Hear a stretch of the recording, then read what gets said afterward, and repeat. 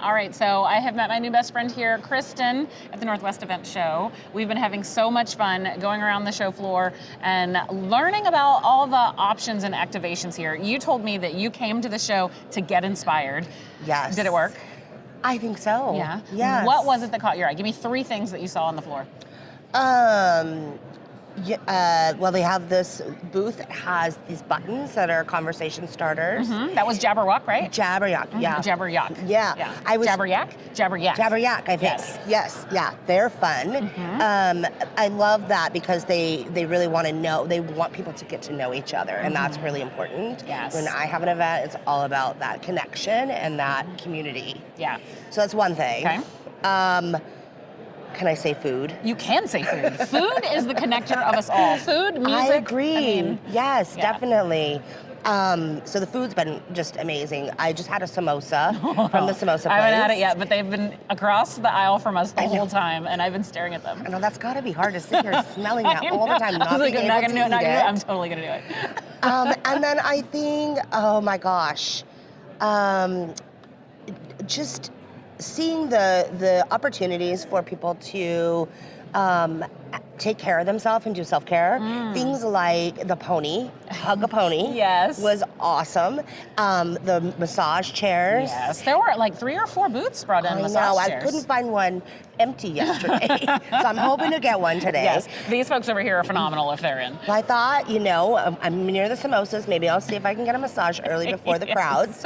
And then like the quieter, the lounges, there's a lot more lounges around, so it allows people who are introverts especially to, you know, really just take care of themselves. And I'm one of them. Yeah. I was looking for a quiet space yesterday, and I was unlucky in the moment, but then later I was like, oh my gosh, there's so many spaces here for that. So as I was walking around, it sounds like you found things that really drew you into what they were doing. Was there anything that just like the look of the space made you go, whoa, that one's great? Yes. I mean, there was one that was just the monochromatic look. There's a pink booth that there's just caught your eye. Yeah, well, I love pink, so you know that's a given.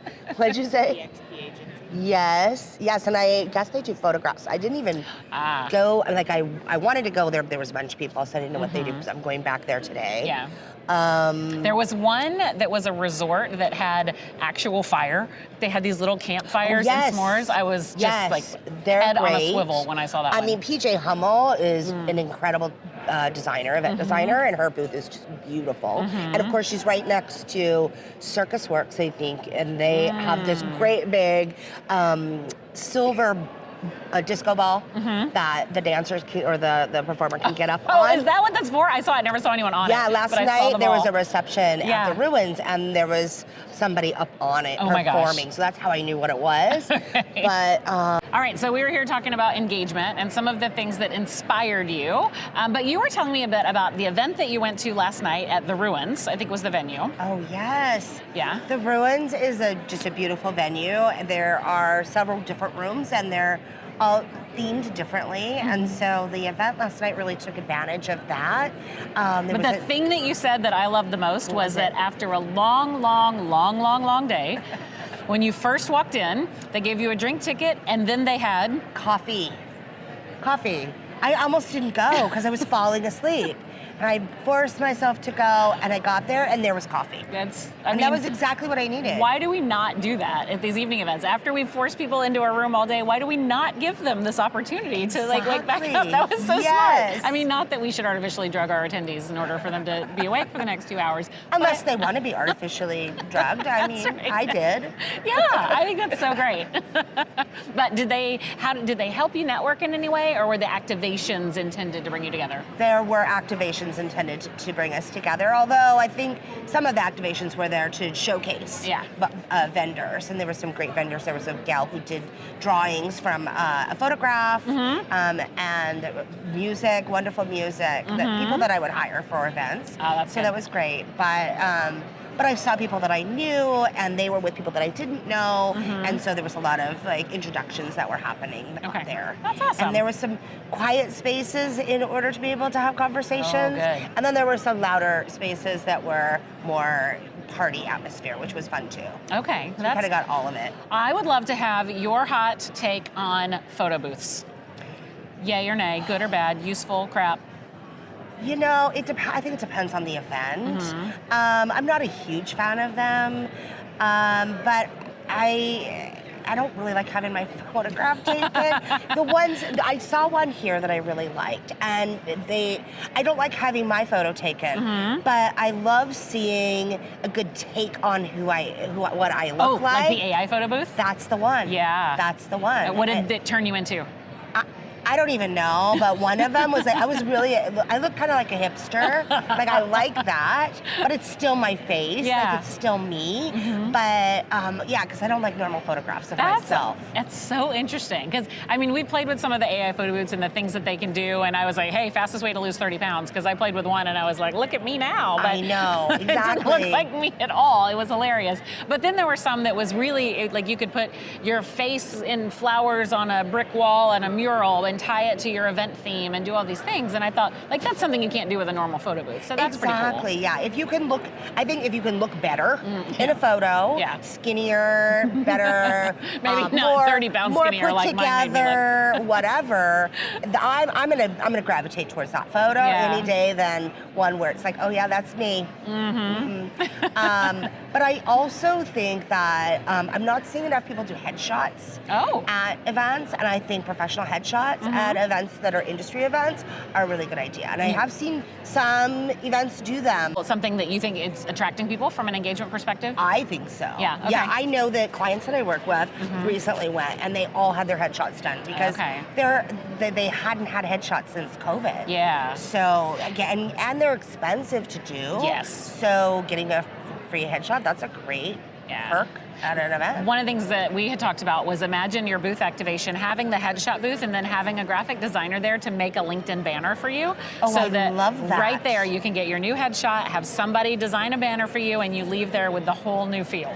That is amazing. That'd be fun. Yeah, that's a really great idea. Yeah. Okay, so what else have we seen here? Oh, from a food perspective, I've tried some barbecue, I've tried some samosas, but my favorite thing that I saw there was, I don't even know what the Boxwood is, if it's a bar or a restaurant here in Seattle, but they were giving out charcuterie boards with little smoked meats and cheeses, and then you got to keep the little wooden board as your giveaway. You know, I think I passed by that booth and it was really busy and I didn't stop yesterday. It's because they were giving out charcuterie boards. Okay, I will stop there today. It was really good. Yeah, I tend to be more of a savory person than a sweets. There's a lot of sweets here, really good sweets, but I do like the savory. But my favorite booth is actually a sweet booth. Okay, which one? And Street Treats. Okay. Have you been I went there? past it. I didn't stop. Okay, so I've worked with the owner of Street Treats for many years. I've known her for many, many years. Okay. And remember when she first started and went to an event to like kind of kick things off with her, and I have a great love for her company and for her. She's just wonderful. But the best thing about it is the treats. I mean, they what kind are, of they're a notch above. I don't like just little mini desserts they've made, or what? So what they primarily do is ice cream sandwiches. She makes cookies, and then they make ice cream sandwiches. So they make ice cream and cookies. Okay. I'm not a fan of ice cream, which is weird, I know, but I'm not. But I do love like a really good chocolate or something that's a little more savory side. Yeah. Like she makes these Rice Krispie treats that are salted like caramel? brown butter. Oh. Like she browns the butter and there's, I don't even know. I mean, like you'd have to ask her how she does it, but they're so good. They're not really very sweet at all. Yeah. But they're very tasty. But the favorite is her dark chocolate brownies with coconut on top. Oh, they're to die for. They're decadent. That's the kind of treat I like. It's a nice decadent chocolate dessert. Well, you heard it here first. Sweet Treats is the place to go. Street Treats. Street Treats. Street Treats. Okay, I like that. Because they have a truck. Got it. They have a truck and a couple carts. Okay. And yeah. So back to the photo booths. We found one downstairs, a company called Revel House that had put together. Did you go downstairs? I did. I saw that, but I didn't go there. It's the one with the airplane fuselage.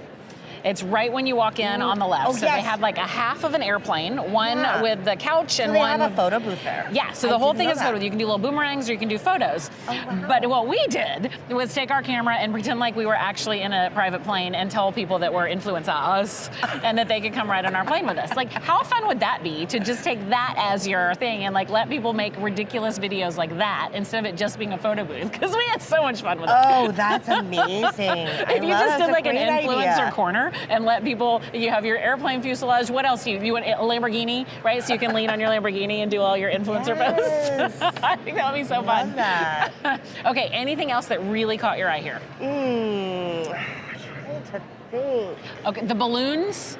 The balloons are, okay, so the balloons. Yeah.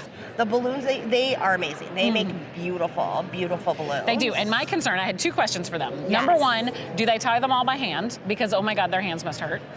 Or do they use clips? And he said, we tie them all by hand because the clips are not environmentally friendly. Well, and I was that's like, the well, thing. what about the balloons? He goes, they are all biodegradable. That's the thing about that company that I learned last year when I was here, Yeah. and they were here. I was so impressed. Yeah. Because, you know, sustainability is huge for the events industry, and balloons, not so great. Right. But this company, they're incredible. I was very impressed with that. Yeah. What are your thoughts on adding pickleball into an expo?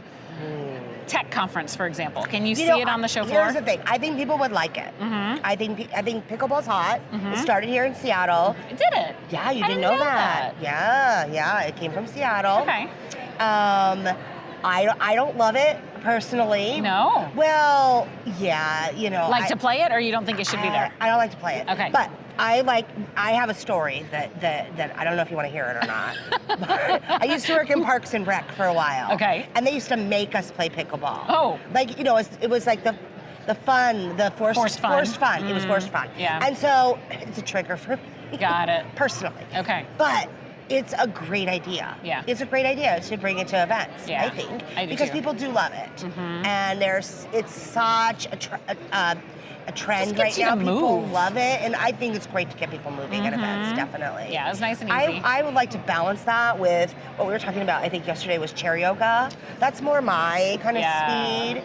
The competitive sports, for me, not so much. Okay. Yeah, I'm that's not fair. a competitive person. That's fair. But lots of people love that. And so it's good to get a balance of different things for different kinds of people. I agree completely. Yes. That's super cool. Okay, so when you come back next year, what is it that you would hope they change or something that you want to find here next year? Oh, wow.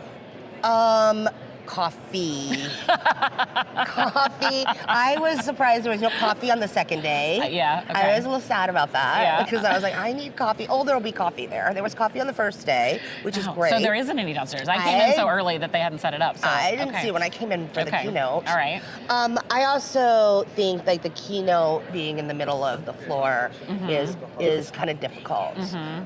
So that would be great to have that. Hold on one second. Well, let's take a pause. Thank you, sir.